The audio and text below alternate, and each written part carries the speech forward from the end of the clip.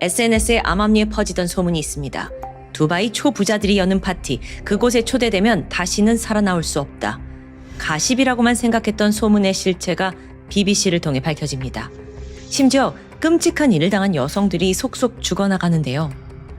두바이 포르타포티, 지금부터 그 어두운 세계를 알아보려 합니다. 안녕하세요.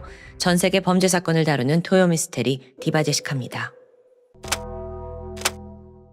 2025년 3월 20일 두바이 길거리에서 지나가던 행인이 피투성이가 된 20대 여성을 발견합니다. 전신 골절에 팔다리는 물론 척추까지 부러진 상태였죠. 이미 의식은 없었고요. 즉각 병원으로 이송되고 4번의 수술 끝에 극적으로 목숨을 구했습니다. 발견 당시 그녀에게 신분증이나 핸드폰이 없어서 신원 확인이 힘들었는데 얼굴을 확인한 경찰은 단번에 정체를 알아챕니다. 그녀는 바로 열흘 전에 실종된 20살 마리아 코발추크였습니다. 마리아는 우크라이나 출신 모델인데요. 온리팬스를 기반으로 활동하고 있습니다. 그러다 얼마 전 소위 황금 티켓을 선물 받고 두바이에 놀러 왔는데 이 황금 티켓이라는 게 왕복 비행기 티켓은 물론이고 숙박, 먹고 쓰는 모든 비용까지 포함되어 있습니다. 동시에 호화로운 호텔 파티에도 참석하고요. 열흘 전 마리아는 자신의 모델 에이전트 대표인 남성 2명과 호텔 행사에 참석했습니다. 다음 날까지 파티를 즐겼고 자신의 상황을 엄마에게 문자로 남겼는데 그때 이후로 연락이 뚝 끊긴 겁니다. 원래대로라면 이틀 후에 다시 태국으로 가는 비행기가 예약되어 있었지만 그녀는 끝내 공항에 나타나지 않았습니다. 두바이에서 호련히 사라진 거죠. 불안해하던 가족들은 일단 경찰에 신고를 한 후 딸이 무사히 돌아오기를 간절히 기다렸는데 결국 열흘 만에 혼수 상태로 발견된 상황이에요.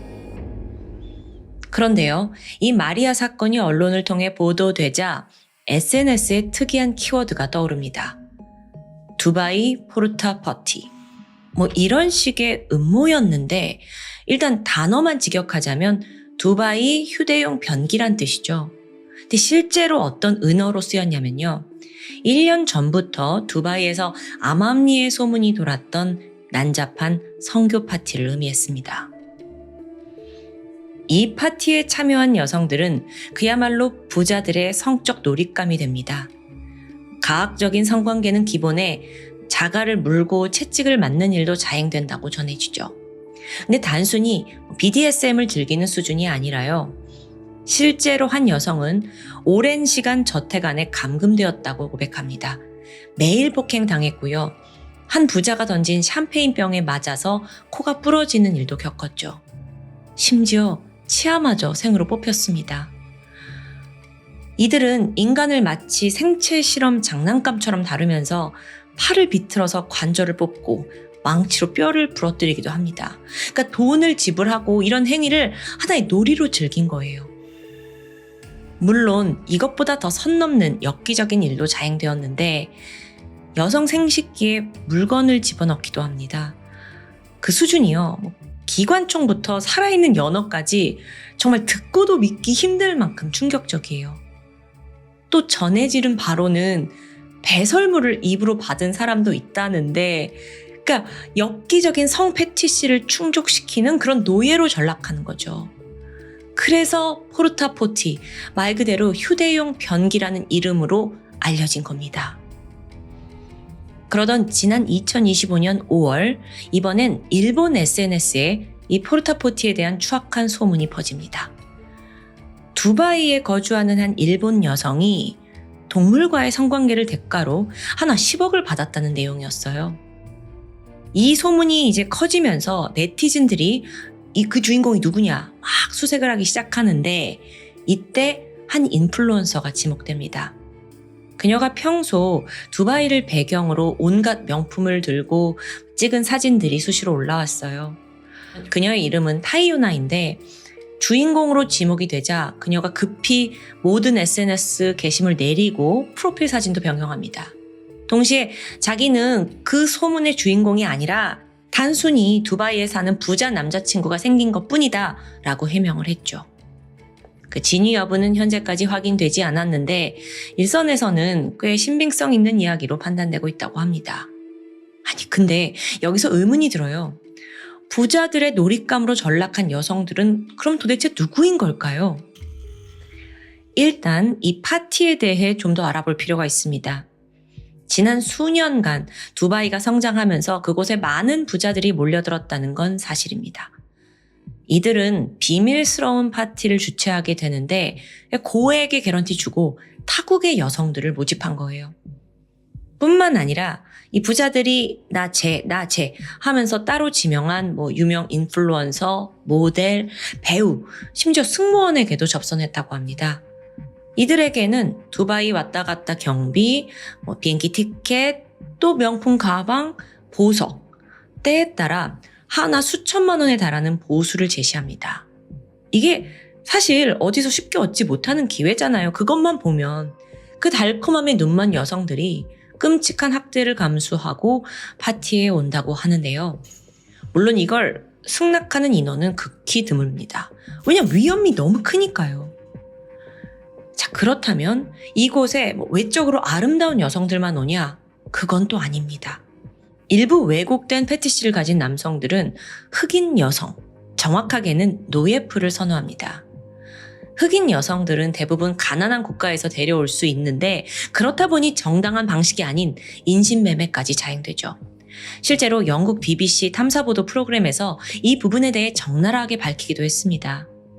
아프리카에서 데려오고 뿐만 아니라 동남아시아, 동유럽에 있는 젊은 여성들 또한 고수익 모델을 할 수 있다, 일자리를 주겠다라고 속여서 입국을 시키고 막상 도착하면 여권 뺏고 성매매를 강요하는 거죠. 그 과정에서 초부유층이 여는 파티에 초대돼서 그 잔혹한 일들을 겪게 되는 건데요. BBC는 취재하는 과정 중에 이 모든 걸 주최하는 조직의 총책이자 포주의 존재를 밝혀냅니다. 그는 찰스 무에시그였어요. 근데 이름만 알 뿐 이 정체가 철저히 베일에 감춰져 있었죠? 그렇다 보니 이게 실존 인물이 맞냐? 의문이 생기던 그때 BBC에서 놀라운 보도가 나옵니다. 2025년 9월 찰스의 사진을 공개한 겁니다. 알고 보니 BBC의 한 잠입 기자가 이 포르타포티 행사 기획자로 위장을 해서 잠입을 했어요. 그래서 내부자들한테 접선을 하면서 이 찰스라는 사람이 주메이라 빌리지 서클에 살고 있다는 걸 알아냈죠. 그래서 은신처 찾아가서 내가 지금 좀 순종적인 흑인 여성들을 모집 중이다 라고 흘리게 되는데 여기서 찰스가 미끼를 뭅니다. 잘 찾아오셨어요. 여기서 나만큼 전문가 없지. 당신 몇 명이나 필요한데. 말만 해. 내가 다 맞춰줄게. 내가 아주 노예처럼 잘 길러놨거든. 고객들이 원하는 건 뭐든 하는 여자들이야. 이런 식으로 말을 하더라고요. 그러면서 인당 130만 원을 제시했다고 하는데 그걸 BBC 기자가 몰래 촬영을 했고 그렇게 총책의 존재가 수면에 떠오른 겁니다. 동시에 그의 범행 수법도 알려지는데 두바이 내에서는 일단 비자가 만료되거나 좀 경제적으로 어려운 젊은 여성을 주로 노렸습니다. 호의를 베풀면서 다가갔고 친분을 쌓아요. 그러면서 찰스는 마치 자신이 두바이에 돈이 많은 그런 거물인 것처럼 과시했고요. 그러면서 넘어오면 내가 너한테 좋은 숙소와 또 고수익 일자리 줄게 이렇게 제안하는 거예요. 그 유혹에 속아서 받아들이면 그때부터 지옥이 펼쳐지는 거고요. 심지어 이 찰스 일당은 완전히 여자를 복종하는 노예로 만들기 위해서 폭행은 기본이고 마약까지 사용했습니다. 그렇게 여성들이 포르타포티를 포함해서 각종 성매매에 이용됐던 거예요. 실제 예를 들어보겠습니다. 우간다 출신의 24살의 여성 모닉 카룬기. 그녀는 SNS에서 패션과 라이프스타일 컨텐츠를 올리면서 인플루언서를 꿈꾸고 모델 활동을 하고 있었습니다. 더 큰 기회가 필요했고 해외 진출을 하고 싶던 중 두바이에서 제안을 받고 이곳에 오게 된 거예요. 그리고 이 모든 여정을 도와준 게 바로 찰스였고요. 2022년 1월 모닉은 찰스를 따라 두바이 아파트에 도착하는데 그때부터 상상도 못했던 냉혹한 현실이 펼쳐집니다. 이미 그 안에는 50명이 넘는 여성들이 머물고 있었어요. 거의 도떼기 시장에 가깝죠? 담배 연기가 가득하고 테이블에는 버젓이 코카인이 놓여 있습니다. 게다가 더 충격적인 건 방 한켠에서 성매매까지 이루어지고 있었다는 점이었어요. 모닉은 그제서야 자기가 속았다는 걸 눈치챘지만 이미 완전히 덫에 걸려 있었습니다. 왜냐면 찰스가 너 집에 가고 싶어? 그러면 내가 너한테 해준 비행기 값, 숙소비 다 토해내. 이러면서 370만 원 가량을 요구했어요. 참고로 우간다에서 모닉이 받던 월급이 30만 원 정도입니다. 그런 그녀에게 370만 원은 거의 1년하고도, 그러니까 13개월을 한 푼도 쓰지 않고 모아야 갚을 수 있는 엄청난 금액이거든요. 게다가 일주일이 지나니까 이자까지 불어나면서 빚은 눈덩이처럼 불어납니다. 여기서 찰스는 두 가지 잔혹한 선택지를 제시해요. 네가 순순히 성매매 나가던지 아니면 우리한테 장기가 뜯겨 죽던지. 너무 공포스러운 상황이잖아요. 그래서 모닉은 눈물을 머금고 성매매를 나갈 수밖에 없었죠. 파티에 온 남성들에게 그녀는 좋은 먹잇감이었습니다. 아까 말씀드렸지만 정말 인간이 상상도 할 수 없는 일들이 벌어지는데 모닉은 살려달라고 절규했고 또 도망쳤고 근데 그 모습을 보고 열광해요. 또 성관계를 가지고요. 그런데요. 사실 그러는 사이 모닉은 예명으로 활동하면서 SNS에도 모습을 드러냈습니다. 어떻게 이럴 수 있냐 보니까 이건 찰스 측에서 그녀를 인플루언서로 키워서 부자들한테 몸값을 더 뜯어내려는 수작이었어요. 한편 지옥 같은 삶을 살던 모닉은 계속 도망칠 방법을 생각합니다. 그리고 고향 친구들에게 이 모든 걸 얘기해요. 내가 여권 뺏겼고 24시간 감시받으면서 성매매 강요당하고 있다고요. 그런데 고향에 있는 친구들은 너무 멀리 있어요. 실질적으로 도움을 줄 수 있는 게 없죠. 그들이 두바이에 올 수 있는 것도 아니고요. 그러다 4개월 후인 2022년 4월 돌연 모닉이 평소답지 않게 친구들한테 희망적인 이야기를 들려주기 시작합니다. 얼마 전에 새로운 사람을 만났다. 내가 더 이상 손님을 받지 않아도 된다. 새로운 일을 시작했다. 내 삶이 나아질 것 같다. 이런 이야기들이었어요. 동시에 그 원래 살고 있던 숙소를 떠나 새로운 아파트로 이사를 간다는 소식까지 들려줬죠. 정확한 위치가 원래 숙소에서 약 10분 정도 떨어진 곳이었습니다. 친구들은 이걸 듣고 안심했어요. 그렇게 모든 게 순조로울 줄 알았죠? 하지만 얼마 지나지 않아 4월 27일 먼저 SNS에 이상 신호가 감지됩니다. 모닉이 연속해서 반나체 사진을 게시하는 거예요. 평소엔 이러지 않았거든요. 그리고 또 거기에 남겨진 글은 평소와 완전히 다른 말투였고요. 도대체 무슨 일인지 친구들이 알아볼 시간도 없이 그 게시물을 마지막으로 돌연 모닉과의 연락은 두절됩니다. 그러다가 다시 모습을 드러낸 건 이틀 후인 4월 29일 새벽. 그녀는 두바이 한 건물 바닥에서 죽은 채 발견됩니다. 발코니에서 모닉의 지문이 발견되었어요. 그리고 집 안에서는 마약과 술이 있었죠. 이걸 토대로 경찰은 타살의 증거가 없기 때문에 그녀가 스스로 이런 선택을 했다고 판단한 후 단순 자살로 사건을 종결지었습니다. 그런데요, 유가족들은 이 자체를 납득하지 못해요. 아니, 그 전에 그녀를 도와주고 이사시킨 인물이 있다고 했는데 그게 누군지조차 밝혀내지 못했거든요. 심지어 사망 진단서에 정확한 사망 원인이 기재되어 있지 않습니다. 만약에 누군가가 그녀를 죽게 유도했을 수도 있는데 그럼 뭐 독극물이나 어떤 약에 취해 있었는지 확인조차 전혀 불가능했던 거예요. 그렇게 모닉이 죽기 전 며칠간의 행적은 여전히 미스테리로 남아 있습니다. 아니 그런데요, 이 사건이 터지고 나서 여론에서 갑자기 1년 전에 발생한 유사한 사건이 떠오르기 시작합니다. 카일라 비룬기, 그녀 또한 우간다 출신이에요. 그리고 동일하게 찰스에 의해 두바이로 끌려왔죠. 그리고 똑같이 두바이 고층 아파트에서 추락해 사망했습니다. 사망 당시에 그때 경찰들은 모든 걸 은폐했어요. 그리고 그냥 술과 마약에 찌들어서 자살했다라는 발표만 하게 돼요. 그런데 여전히 독성 검사에서는 아무것도 검출되지 않았죠. 끝까지 경찰은 여러 의혹에도 불구하고 절대 입을 열지 않았는데요. 하물며 이 두 사건과 밀접한 연관이 있는 찰스의 얼굴도 BBC가 공개를 했잖아요. 그런데 두바이 경찰은 요지부동이더라고요. 그리고 이때 찰스가 그럴 줄 알았다는 듯 기자에게 당당하게 말합니다. 내가 두바이에서 25년간 살았어요. 여긴 내 구역이야. 날 신고할 방법은 없어. 내가 곧 대사관이고 대사관이 곧 나거든. 실제로 많은 권력층을 알고 있어서 그런지 그의 권력이 상당하다고도 볼 수 있겠죠. 여태까지 SNS를 통해 알려진 사망은 2건이지만 네티즌들은 이게 빙산의 일각이라고 주장합니다. 잠깐 두바이에 대한 정보를 드리면 이슬람 국가예요. 그리고 율법에 따라 술과 마약이 엄격하게 금지되어 있죠. 또 처벌도 강하고요. 그런데 현실은 그렇지 않습니다.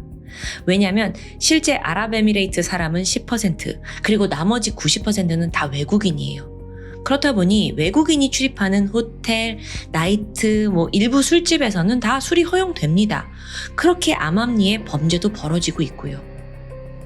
게다가요, 그 당시에 두바이에선 성폭행을 당한 여성들이 혹여 신고를 하면 당신 결혼하지 않은 상태에서 성관계를 맺었어? 여기에만 치중해서 이 피해자를 간통죄로 체포해버린대요. 너무 황당하죠. 그러니까 두바이에 있던 그 가해자들, 또 피해자들도 이걸 잘 알기 때문에 그 누구도 신고할 수 없는 거예요. 물론 현재 2026년에는 이 독소 조항이 표면적으로 삭제되었다고 하는데 여전히 불법 체류 노동자나 여권을 뺏긴 사람들에게는 거대한 장벽으로 남아 있습니다. 여러분, 이쯤에서 영상 초반에 나온 마리아에 대해 좀 더 설명이 필요합니다. 네티즌들은 그녀 또한 포르타포티의 피해자라고 주장해요. 근데 여긴 그럴 만한 이유가 있습니다. 알고 보니까 마리아가 전신 골절 상태로 발견됐잖아요. 그녀 또한 고층 건물에서 떨어져서 부상을 입었더라고요. 심지어 사건 3개월 뒤에 경찰 발표가 나오는데 그것도 의심스러워요. 그녀가 혼자 건설 현장에 들어갔다가 추락했다. 이렇게 단순하게 일축을 해버린 거죠. 아니 그럼 CCTV 영상은 없냐? 그건 이미 삭제돼서 공개할 수 없어.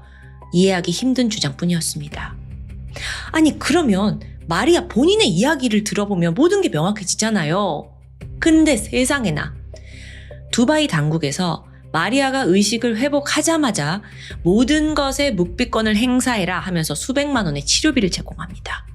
그리고 오직 아주 단편적인 사건 전말만을 밝히게 되죠. 그 알려진 내용이 뭐냐? 실종 당일 마리아는 이틀간 파티를 끝내고 호텔로 돌아갑니다. 그런데 너무 깊게 잠드는 바람에 다음날 태국 항공편을 놓쳐요.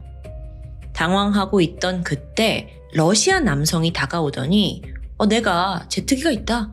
내가 개인 제트기 너한테 빌려줄 테니 하룻밤 성관계를 하겠냐? 라고 제안합니다. 그래서 따라가 보니 그 방에 여러 명의 러시아 남성들이 있었대요. 마리아가 도망치려고 했지만 금세 붙잡혔고 여권과 소지품 또 신발마저 뺏깁니다. 이때 남성들이 현관 문 앞에다가 유리병을 다 깨가지고 둔 거예요. 그래서 이 여자가 맨발로 뛰쳐나가지 못하게 도망가지 못하게 한 거고요. 그리고 단체 성관계를 요구하는데 이걸 거부했죠. 그러자 지독한 고문과 집단 폭행이 자행됩니다. 이때 마리아의 두피 일부가 벗겨지기도 하고요. 그녀가 겨우 도망쳤어요. 그래서 인근 건설 현장으로 몸을 피했는데 따라 나온 남성들을 보고 너무 놀래서 그대로 난간에서 떨어졌다는 스토리. 근데 이 전말이 어딘가 석연치 않습니다. 이 탈출 과정에 뭔가 빈 구석이 많은 거예요. 아니 유리 파편으로 가득한 현관을 그럼 맨발로 어떻게 지나갔냐? 아니 애초에 여러 남성들한테 둘러싸여 있는데 어떻게 도망칠 수 있었는가? 이건 설명이 안 되는 거죠. 게다가 결정적으로 마리아가 발견된 건 3월 20일입니다. 그런데 항공편을 놓친 건 3월 11일. 그럼 그 9일간에 뭘 했니? 그 공백은 여전히 설명되지 않아요. 오히려 두바이 쪽에서 마리아를 협박해서 가장 감추고 싶은, 예를 들어 포르타포티에 관한 내용을 숨겼다고 보는 게 더 자연스럽게 느껴집니다. SNS 입소문인 줄 알았다가 BBC에 의해 수면에 떠오른 두바이의 추악한 비밀 포르타포티. 저는 아직도 믿고 싶지 않을 정도로 충격적이었어요. 사실 두바이가 굉장히 화려한 곳이거든요. 그런데 그 이면에 이렇게 더럽고 엽기적인 일이 벌어지고 있다? 사실 두바이는 전 세계 사람들이 몰려들지만 또 한편으론 폐쇄적인 곳이기도 합니다. 두바이 당국, 게다가 초고위층이 관여되어 있다면 그 진실은 쉽사리 밝혀지지 않을 건데요. 그럼 결국 속수무책으로 당하는 피해자만 계속 만들어지겠죠. 지금까지 토요미스테리 디바제시카였습니다. 2005년 프랑스 브루타뉴 지역에서 성대한 테크니발이 열립니다. 테크니발은 테크노와 페스티벌의 합성어인데요. 90년대에 영국과 프랑스에서 시작된 언더그라운드 음악 축제예요. 특히나 브루타뉴 지역은 테크노 문화의 성지였고요.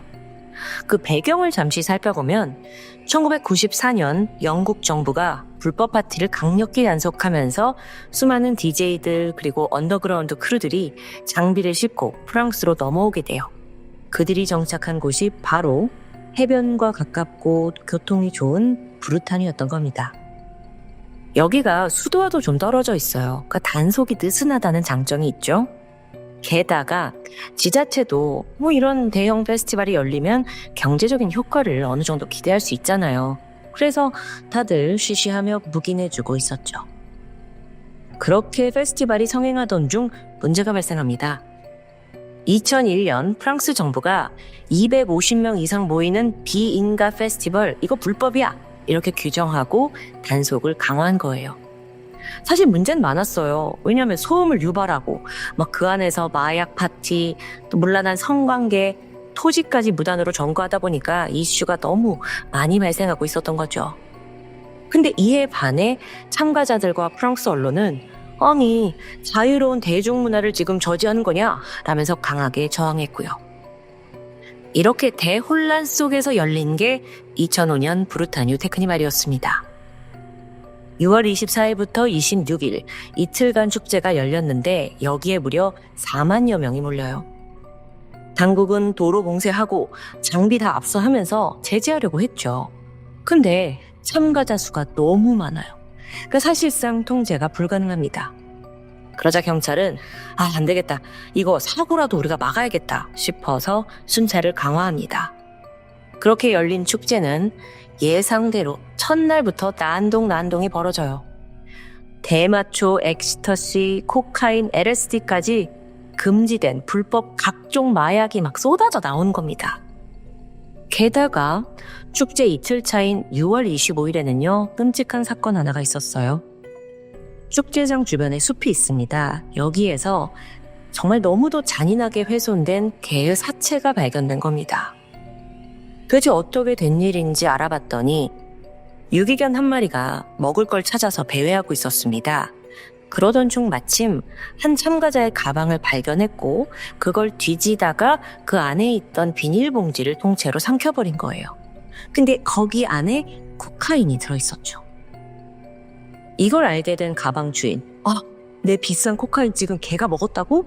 그래서 약을 찾아내기 위해서 개를 죽이고 장기를 헤집었던 겁니다.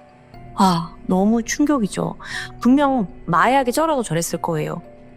근데 놀라운 건 이렇게 지금 막 잔인한 사건 사고가 끊이지 않는데도 불구하고 다시 밤이 되면 시끄러운 음악 빵빵 틀어주죠. 조명 화려하죠. 광란의 공연이 이어집니다. 사람들은 모든 걸 잊고 그저 그냥 페스티벌만 즐기는 거예요. 심지어 마지막 밤이 되어가면서 다들 미친 듯이 이 분위기에 취해가고 있었죠.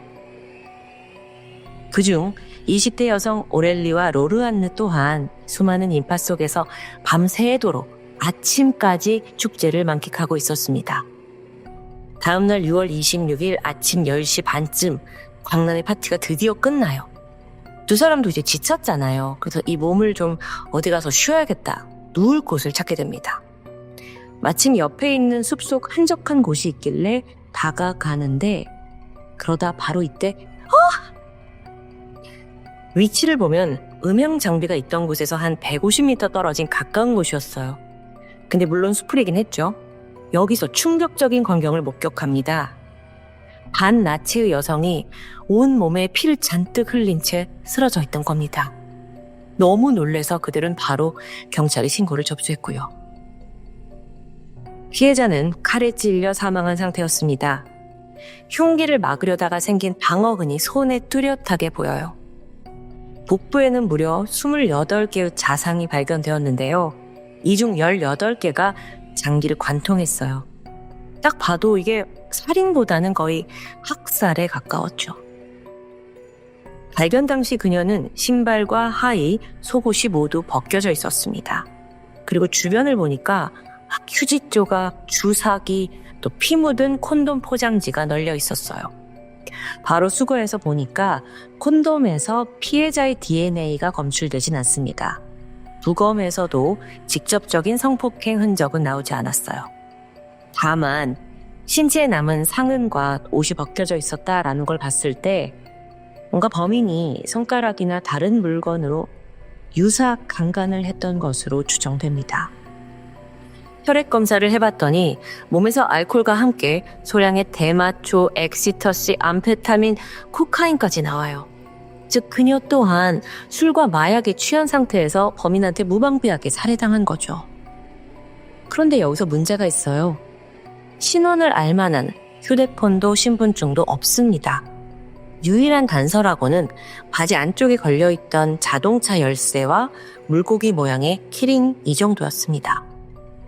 경찰은 이 사람이 누군지 알아야 조사를 할 텐데 그렇게 애를 먹고 있던 그때 2명의 여성 소피와 마리오드가 다급하게 경찰서를 찾아옵니다. 제 사촌 동생이 없어졌어요. 18살 마틸드 크로게덱이거든요. 축제에 같이 왔는데 없어요. 자, 마틸드는요. 이 축제장에서 한 60km 정도 떨어진 그 한적한 시골 마을에 살던 시골 소녀였습니다. 평소 자기가 잘 경험할 수 없는 이 파티가 인근에서 개최된다라는 소식에 친구 3명과 사촌들 그리고 남자친구 아드리안과 함께 이 테크니발에 왔던 거예요. 파티 다 끝나고 아침까진 분명 있었거든요. 그런데 갑자기 사라졌다는 신고입니다. 6월 26일 아침 8시 30분쯤이었어요. 마틸드는 잠시 휴식을 취하기 위해 남자친구와 함께 숲으로 향합니다. 그러다가 2시간 뒤인 오전 11시 아드리앙이 혼자 돌아온 거예요. 그리고 그의 손에는 여자친구의 신발만 들려있고요. 아니, 마틸드 어디 있어? 사촌들의 행방을 묻는데 아드리앙 얘가 정신없이 그냥 급히 히치하이킹을 하더니 그곳을 떠나버려요. 너무도 이해할 수 없는 행동이잖아요. 그래서 다들 불안해했죠? 그래서 숲에 들어가서 살펴보는데 마틸드를 찾을 수 없었습니다. 그래서 경찰이 도움을 요청한 거고요. 여기서 경찰이 마틸드의 인상착의가 어땠는지 묻게 돼요. 마틸드는 갈색 머리에 파란색 눈을 가지고 있어요. 특징적인 건 딱히 없는데 항상 바지 안쪽에 자동차 열쇠를 달고 다녔어요. 그 물고기 모양 열쇠고리도요. 경찰은 앞서 시신에서 나온 소지품 중에 자동차 열쇠를 꺼냅니다. 그리고 사촌들의 안내를 받아서 차량이 주차된 곳으로 갔죠. 버튼을 누르자 띡 차의 문이 열렸습니다. 이로써 피해자의 신원이 밝혀진 거죠. 마틸드, 그녀는 왜 이런 끔찍한 죽음을 맞이한 걸까요? 그리고 남자친구도 왜 그렇게 도주한 거죠? 다시 현장으로 돌아와서 그곳에는 한 가지 특이점이 있었습니다. 피해자의 몸에 되게 자상이 많았잖아요. 근데 주변 바닥에는 그냥 뚝뚝 떨어진 핏방울 몇 개가 전부였어요. 즉 이건 살해한 현장과 시신을 유기한 현장이 다르다는 걸 의미하죠. 핏방울의 패턴을 봤을 때 공격당한 직후에 도망쳐서 달려온 것으로 보여요. 그래서 경찰이 일대를 샅샅이 수색했죠. 머지않아 중요한 증거가 발견됩니다. 인근 나무 아래에 접이식 칼 하나가 떨어져 있던 거예요. 칼날과 손잡이에 피가 말라붙어 있었고요. 이걸 시신에 있는 상흔과 비교했을 때 그 깊이와 모양이 일치합니다. 결정적인 흉기를 찾아낸 거예요. 경찰은 여태 확보한 단서 다 모아서 감식을 의뢰해요. 먼저 피해자 옷에 묻은 혈흔은 다 마틸드의 것이었어요. 근데 그 주변에 있던 휴지, 담배꽁초, 주사기에서는 아무런 흔적도 나오지 않더라고요. 그러니까 이건 사건 발생 전부터 버려져 있던 것 같아요. 그런데 단 하나. 그 피가 묻은 콘돔 포장지가 있었다고 했잖아요. 여기서 신원 미상의 남성 DNA가 검출된 겁니다.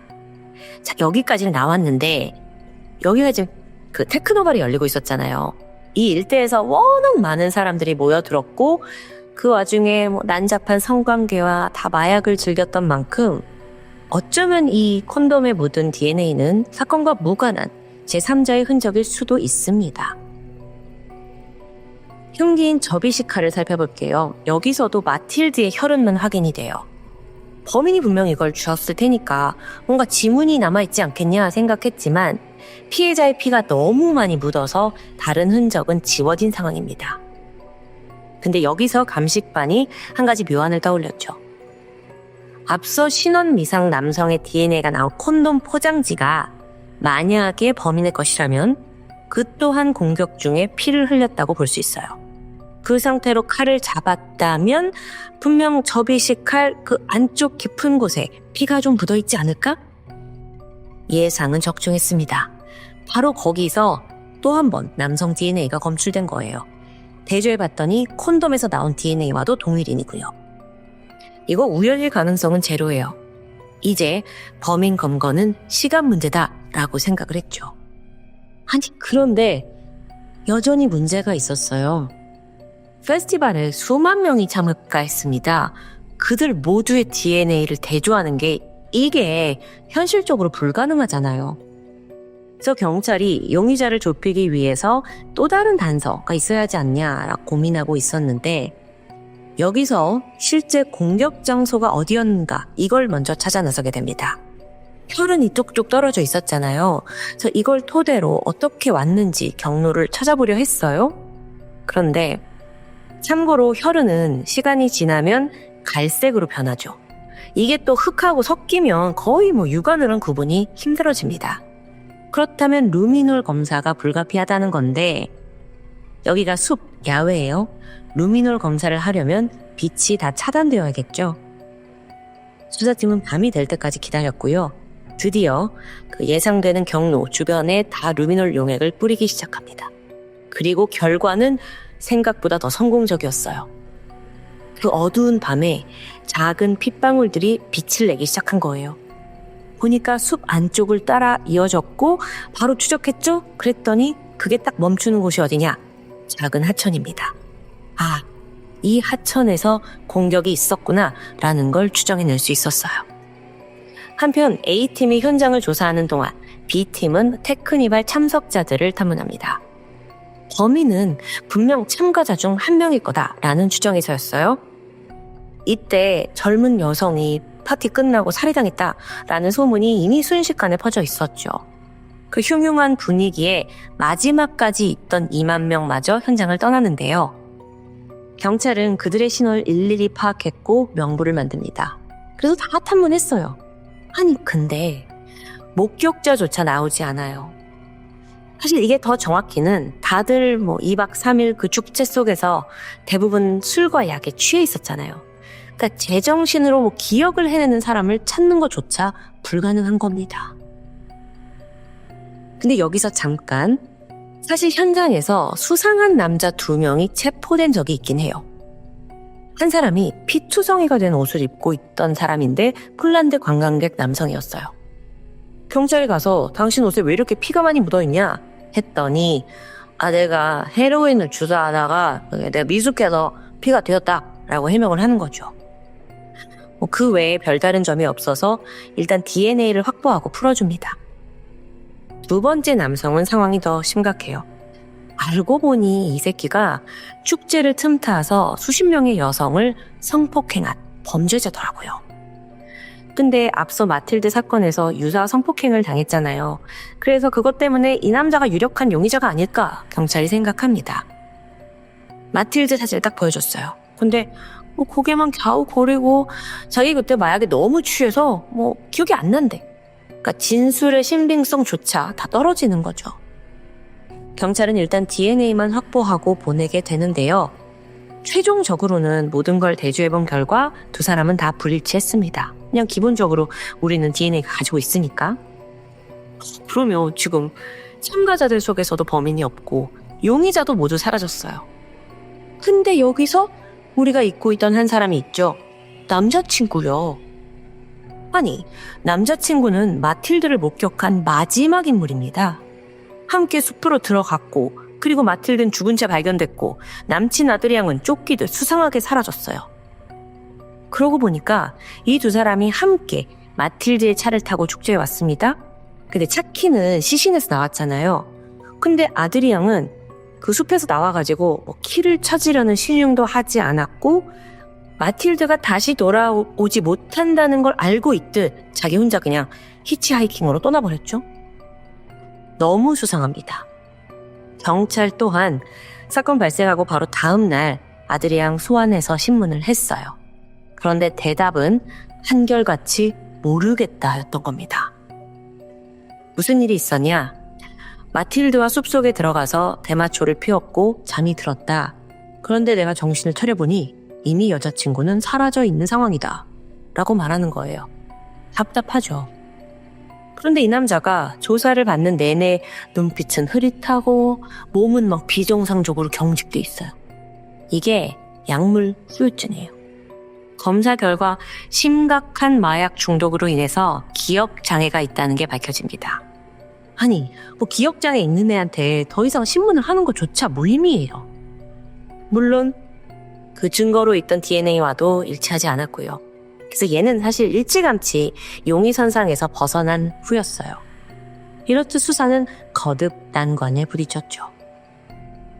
여기서 경찰은 대대적인 수사를 다시 한번 감행합니다.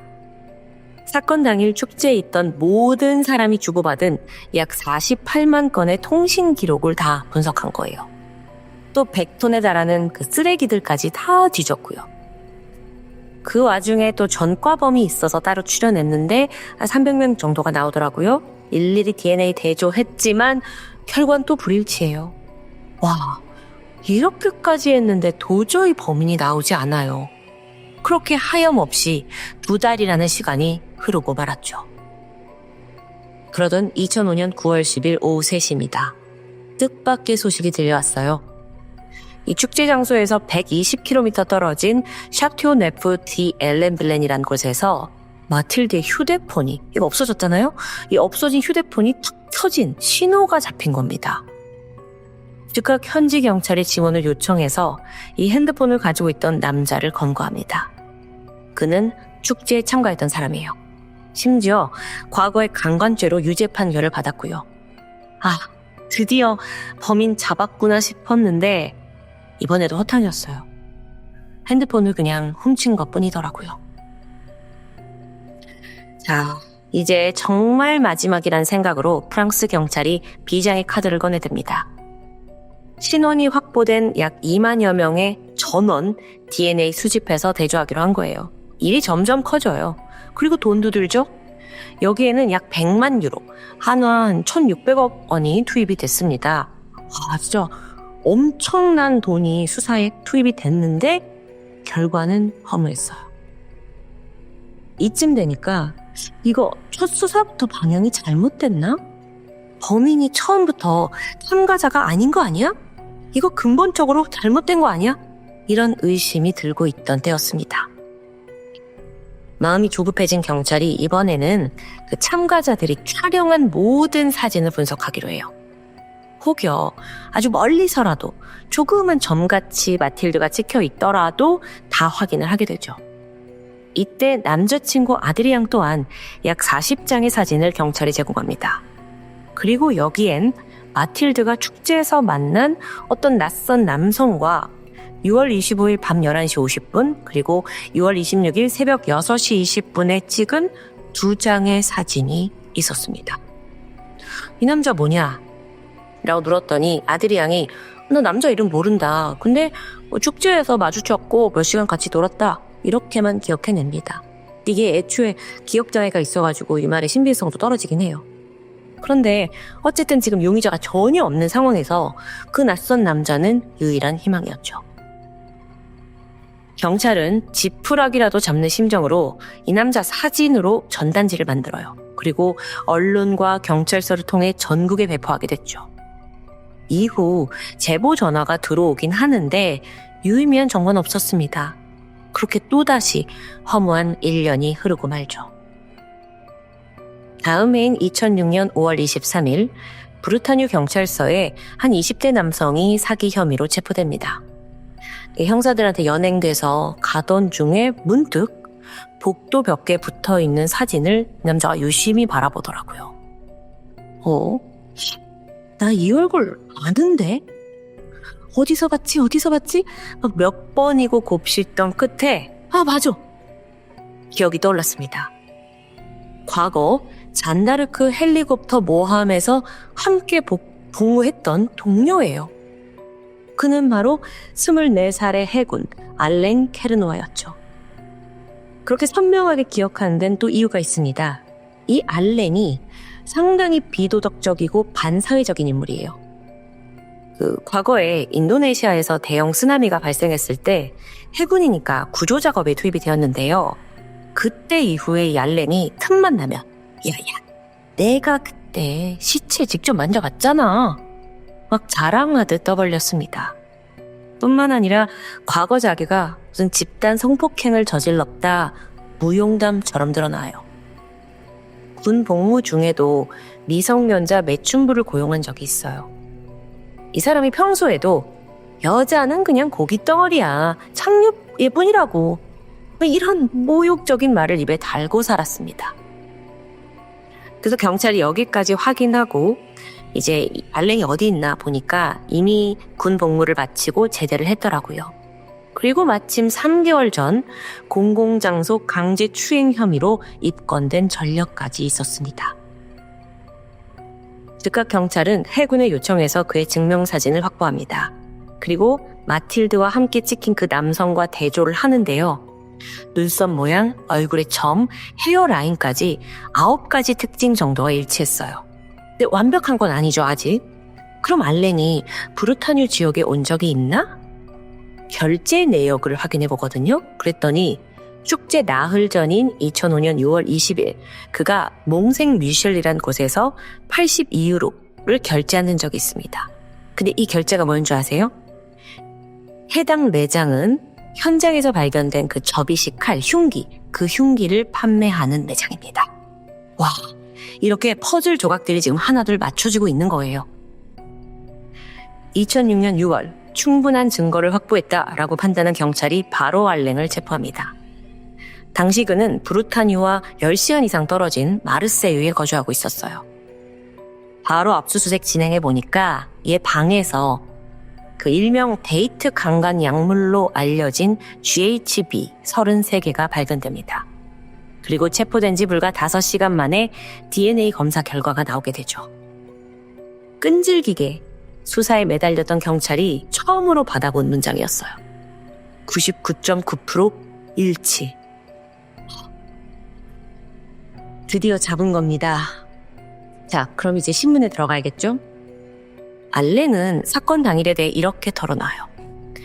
마틸드가 자기를 유혹해서 손에 이끌려 숲에 들어갔는데 분위기가 한창 무르익던 중 한 무리의 남자들이 왔다. 이들이 마틸드를 공격했기에 알렌은 주머니에 있는 칼을 꺼내 반격에 나섰다. 그런데 수가 너무 많아서 나는 금방 제압을 당했는데 이때 무리가 알렌을 협박했다고 합니다. 야, 엄마, 너 그 칼로 이 여자 찔러. 안 그러면 우리 너부터 죽일 거야. 두려운 살해 협박에 알렌이 어쩔 수 없이 그녀의 배에 칼을 꽂아 넣었다고 해요. 그리고 이때 너무 당황한 나머지 자기 손까지 베었고요. 좀 닦아야 되잖아요. 그래서 그걸 찾다가 주변에 있던 콘돔 포장지를 만졌고 이후 알렌은 마틸드를 그냥 두고 도망쳤다는 진술.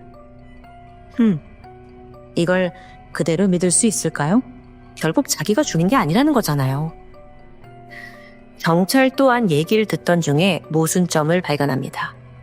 여태까지 조사한 바에 따르면 공격을 당한 장소와 시신이 발견된 장소가 달라요. 근데 알렌이 곧장 도망쳤다면 콘돔 포장지는 공격 장소인 하천 근처에서 나와야 하는 게 맞잖아요. 거기가 앞서 그 루미놀에서 피가 있던 지점이고요. 이 모순점을 강하게 들이밀자 알렌이 횡설수설하기 시작합니다. 자기 논리가 무너진 거예요. 이후 22시간의 긴 신문이 이어졌고 그는 두 번째 진술을 내놓게 되는데요. 시작은 동일했습니다. 마틸드의 유혹에 넘어가서 숲에 가서 키스를 하고 있었다. 그런데 마침 이때 그녀가 너무 환하게 웃는 모습이 예뻐서, 특히 햇빛에 이렇게 비치고 있는 그 모습이 요정같이 예뻐서 이 순간을 혼자 간직하고 싶다는 뒤틀린 소유욕이 들었다. 그래서 살인으로 이어졌다라고 말하게 돼요. 그는 주머니에서 칼을 꺼내 마틸드의 배를 2차례 찔렀죠. 이때 마틸드가 죽을 힘을 다해서 알렌을 밀었는데 이때 넘어지면서 바닥에 손이 긁히며 피가 흐르게 됩니다. 그 틈에 마틸드가 미친 듯이 도주했지만 머지않아 잡히고 말아요. 알렌은 뒤에서 그녀의 목을 그어서 살해했고 이후 또다시 그녀를 무자비하게 공격했습니다. 그런데요, 이 진술을 내놓으면서 알렌이 말합니다. 그때 마틸드의 몸에 칼이 푹푹 들어가는 느낌이 황홀했다고요. 동시에 생전 느껴본 적 없는 너무나도 뒤틀린 성욕이 끌어오르기 시작했죠. 그는 죽은 마틸다를 보면서 시신을 강간하겠다고 마음먹어요. 그리고 주머니에서 주섬주섬 콘돔을 꺼냈죠. 그런데 아까 손이 다쳤잖아요. 막 콘돔을 이제 열려고 하는데 이게 쉽지가 않은 거야. 그래서 휙 버리고 대신 시신 옆에서 유사 성행위를 시도합니다. 정말 너무도 듣기 힘든 진술인데 그나마 이번 증언은 현장의 상황과 딱딱 들어맞고 있었습니다. 그렇게 2008년 재판대에선 알렌 카르노아는 가석방 없는 종신형을 선고받습니다. 유족들은 여전히 판결에 불만족스러웠지만 그래도 딸을 죽인 범인이 잡혔다는 것에 안도했어요. 오늘 사건은 경찰의 집요한 수사가 빛을 발했습니다. 결정적인 실마리는 참 우연히 얻어졌지만 그 뒤에는 모든 방법으로 범인을 추적한 그 경찰들의 끈질긴 노력 덕분이었죠. 하지만 여러분, 여전히 풀리지 않는 의문이 남아있어요. 여러분 혹시 발견하셨는지 모르겠지만 사건 당일 남자친구는 왜 그렇게 도망치듯 현장을 떠났을까요? 아니, 여자친구 좀 찾아볼 만도 하잖아요. 같이 차 타고 왔는데. 그리고 애초에 숲으로 같이 들어갔는데 어쩌다가 마틸드와 그리고 범행 알렉만 둘이 남게 된 걸까요? 이 과정은 설명할 수가 없어요. 그리고 남자친구와 함께 있던 마틸드가 정말 범인의 진술처럼 갑자기 숲에서 만난 알렉을 막 유혹했다? 이게 말이 되나요? 어쩌면 그 진술 속에 환한 웃음이 너무 예뻐서 살인을 하고 싶었다라는 부분에서 마틸드가 남자친구를 향해 웃고 있었던 건 아닐까요? 아니, 도대체 이놈의 남자친구는 언제까지 같이 있었던 거냐고. 그냥 기억 안 난다가 다야. 기억 장애라고 하니까 뭐 더 이상 물을 수도 없고요.